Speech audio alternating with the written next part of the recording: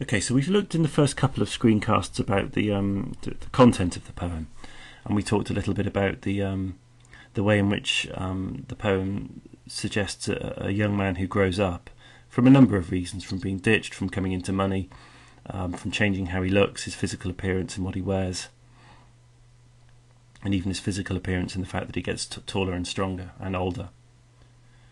And now what we want to do is we want to look at the language of the poem, because when we start to analyse the language of the poem, we realise that what seems on the surface to be someone who's grown up, in many ways hasn't, and in many ways is still rather in the shadow of Batman.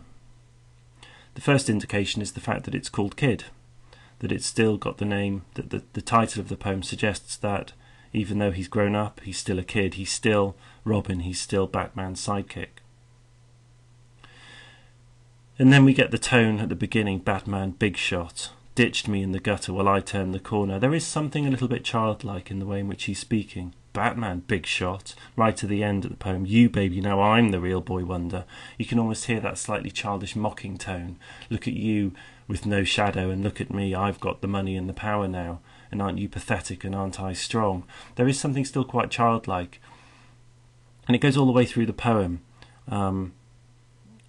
It makes a marvellous picture. You can hear the almost sarcastic tone. Oh, Batman, it makes a marvellous picture, you without a shadow. So all the way through this poem, even though on the surface it suggests that this young man has grown up, actually in many ways he hasn't. In many ways he's still rather immature, and in many ways he's also still seeking Batman's approval. Batman, look at me, look what I've done, and look at you, you're pathetic, and aren't I all big and strong and tough? So we learn that now we begin to look at the poem in a little bit more depth. We can see that this isn't really a poem about Batman and Robin.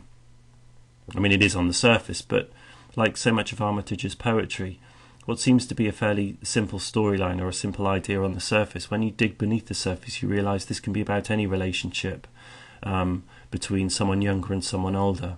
Any relationship where the young person looks up to the elder person and somehow feels let down.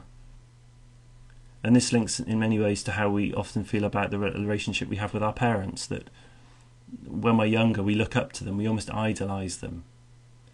And then when we begin to realise that they're human, maybe a parent has an affair, or a parent does something stupid, or says something stupid or insensitive, it suddenly makes us realise that actually they're human beings after all, and that we can feel very, very disappointed by what they do. And the Batman and Robin idea is an interesting one, because it enables Simon Armitage to explore that dynamic between father and son, mother and daughter, elder brother, younger brother, work colleagues, manager and employee. That we look up to people in our lives and we feel quite hurt when they let us down. And there is a real feeling of hurt in this poem, and the language at the beginning, as I've said before, kind of suggests that. It's not that he let him loose to wander leeward. Leeward means to the edge. The lees are the edges. So to wander leeward would be to wander away from the centre towards the edge, to wander away from the comfort zone, freely through the wild blue yonder. Well, actually, that's not what you did at all, Batman. You ditched me. You ditched me in the gutter. So what else about the language? Well, you get the language of Batman and Robin himself, and I said that in the last screencast. Robin Restbred, nest egg shocker, holy roll me in the clover.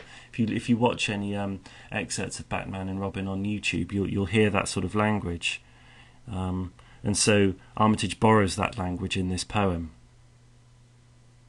And then, as I said before, we get that contrast between the Sherwood Forest Green and Scarlet number, again being something quite camp, to the pair of jeans and a crew neck jumper. That contrast in the language between the number and the jumper, from something which he has had no control over, he's been told to wear, to something that he now has control over.